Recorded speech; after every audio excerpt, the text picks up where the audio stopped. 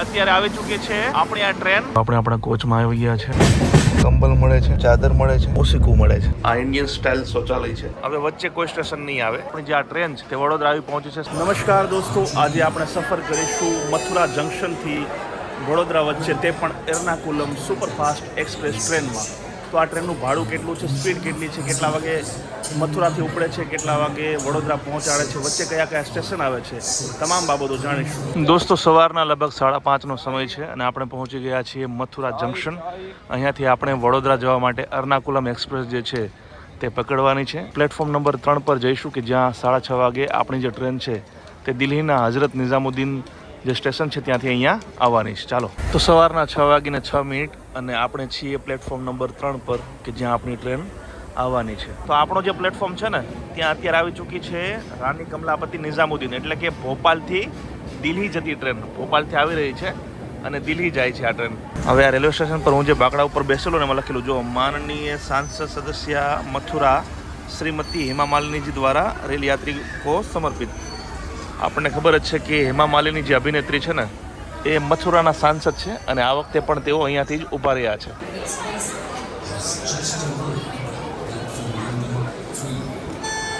તો છેલ્લી ઘડીએ પ્લેટફોર્મ ચેન્જ થઈ ગયું. 3 નંબરના પ્લેટફોર્મ પર આવવાની હતી, પરંતુ 2 નંબરના પ્લેટફોર્મ પર અત્યારે આવી ચૂકી છે આપણી આ ટ્રેન જે હઝરત નિઝામુદ્દીનથી એર્નાકુલમ કેરળ જઈ રહી છે.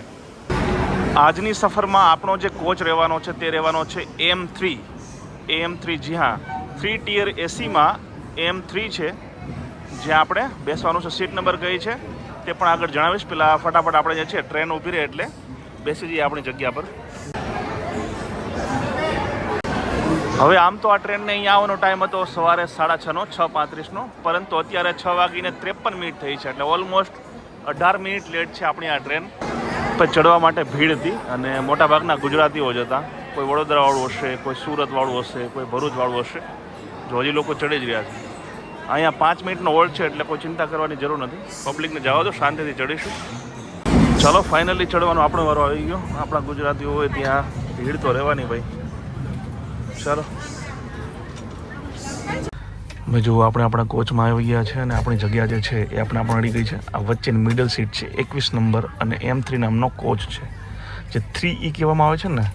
આ છે એક રીતે થર્ડ એસી, પણ એમાં થર્ડ એસીને આ 3Eમાં ચેન્જ એવું હોય છે કે થર્ડ એસીમાં 4 સીટ હોય છે, અહીંયા હોય છે 6 સીટો. જો આટલો ચેન્જ છે, બાકી હોય છે એસી જ.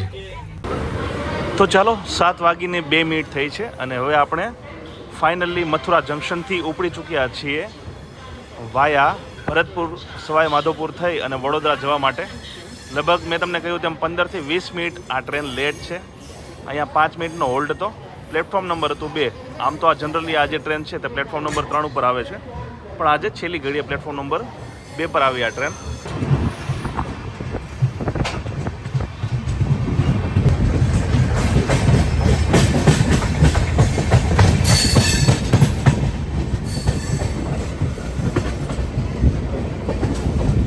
તો હવે ટિકિટની વાત કરી લઈએ. તો મેં બુક કરાવી હતી હઝરત નિઝામુદ્દીન દિલ્હીથી વડોદરાની, તે પણ તત્કાલમાં. એ મને પડી હતી 1631 રૂપિયા. 1631 રૂપિયામાં તત્કાલની મને પડી હતી, પણ હું બેઠો છું મથુરાથી. એટલે જો તમે તત્કાલને કાઢી નાખો તો તમને કદાચ 1500ની આસપાસ 3 ટિયર એસી, 3E જેને કહેવામાં આવે છે, 3 ટિયર નહીં, 3E જે 3 ટિયર એસી જ છે, પણ થોડું ચેન્જીસ હોય છે. એમાં તમને 1500ની આસપાસ આ ટ્રેનમાં પડશે. ભાઈ જો 3 ટિયર એસી છે ને, એટલે તમને એક કંબલ મળે છે, એક ચાદર મળે છે, એક ઓશીકું મળે છે. તો આ 3 વસ્તુ જેવી રીતે 3 ટિયરમાં અને સેકન્ડ એસી વગેરેમાં મળે એ સુવિધા તમને આમાં પણ મળી જશે. તો આપણે સીટ ઉપર આપણે લંબાઈ દીધું છે.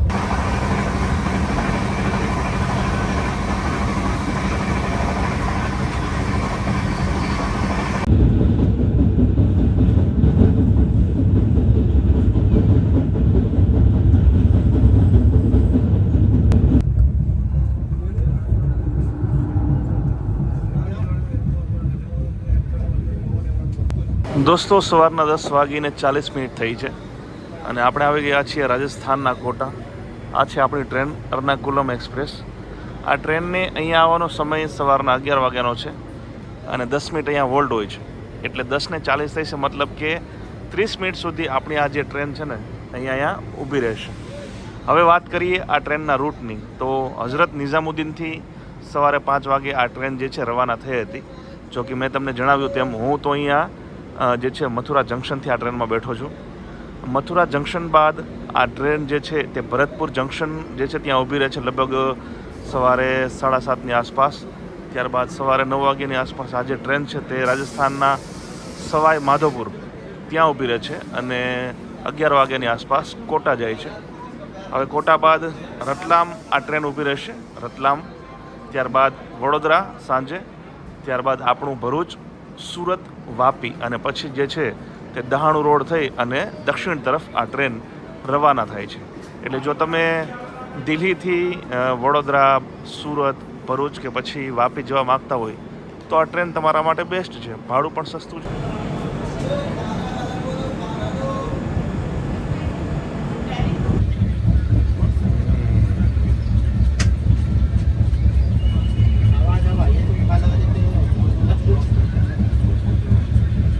અને હવે આપણે આવી ગયા છીએ આ ટ્રેનના શૌચાલયમાં. આ ઇન્ડિયન સ્ટાઇલ શૌચાલય છે અને જે મુજબની ટ્રેન આખી ચોખ્ખી છે ને ભાઈ, એ મુજબનું જે શૌચાલય છે ને એ પણ ચોખ્ખું. જો ગ્લાસ ચોખ્ખો છે, પાણી આવે છે, બાકી કોઈ ઇસ્યુ નથી. જુઓ, બાકી તમે જોતો ટ્રેનમાં કેટલી બધી ગંદકી હોય છે. આ ટ્રેનમાં કમસે કમ મેં ગંદકી નથી જોઈ, કારણ કે આને મેન્ટેન એ રીતે કરાય છે. તો એ બાબતમાં આ ટ્રેન છે ને 100માંથી 100 માર્ક છે.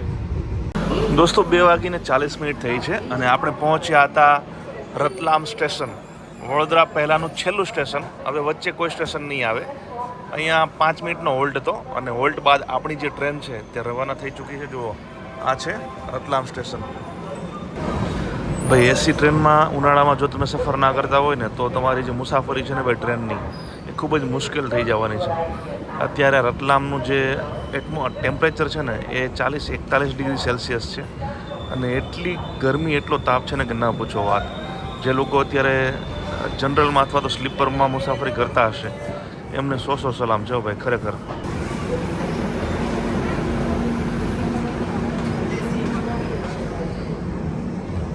ભાઈ અત્યારે તો આ ટ્રેન રતલામથી આગળ વધી છે, પણ જો આ ટ્રેનની સ્પીડની વાત કરીએ તો મેક્સિમમ સ્પીડ છે પ્રતિ કલાક 131 કિલોમીટરની, જ્યારે એવરેજ સ્પીડ છે 61 કિલોમીટર પ્રતિ કલાક. હવે આ જે ટ્રેન છે ને એર્નાકુલમ એક્સપ્રેસ, તે દિલ્હીથી ઉપડે છે. એટલે દિલ્હી એક રાજ્યથી, ત્યારબાદ યુપી, રાજસ્થાન, મધ્યપ્રદેશ, ગુજરાત, મહારાષ્ટ્ર, ગોવા, કર્ણાટક અને છેલ્લે કેરળ એર્નાકુલમ પહોંચે છે. હવે વિચારો કેટલા રાજ્યમાંથી આ ટ્રેન પસાર થાય છે.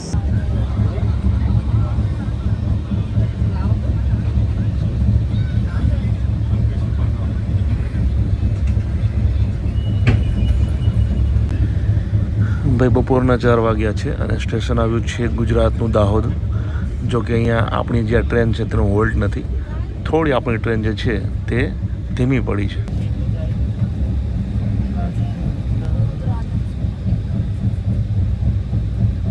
તો સાંજના 6:15 થયા છે અને આપણી જે ટ્રેન છે તે પહોંચી ગઈ છે આપણા ગંતવ્ય સ્થાન એટલે કે વડોદરા. 22:56 આપણી આ ટ્રેન હઝરત નિઝામુદ્દીન દિલ્હીથી ઉપડી હતી સવારે 5 વાગે. હું ચડ્યો હતો આમાં મથુરાથી સવારે 7 વાગ્યાની આસપાસ અને રતલામ, કોટા જેવા અલગ અલગ શહેરો થઈ અને આખરે આપણી જે આ ટ્રેન છે તે વડોદરા આવી પહોંચી છે સાંજે 6:15 કલાકે. આમ તો આ ટ્રેનને અહીંયા આવવાનો સમય હતો 6:30નો, 15 મિનિટ વહેલી છે. સારી વાત છે. ચાલો તો દોસ્તો, વિડીયો પસંદ આવ્યો તો લાઇક અને શેર કરો અને આવા જ વિડીયો આગળ પણ જોવા માટે અમારી યુટ્યુબ ચેનલને સબસ્ક્રાઈબ કરી લો. જો તમે આ વિડીયોને ફેસબુક પર જોઈ રહ્યા છો તો અમારા પેજને લાઇક અને ફોલો કરો. જય જય ગરવી ગુજરાત, જય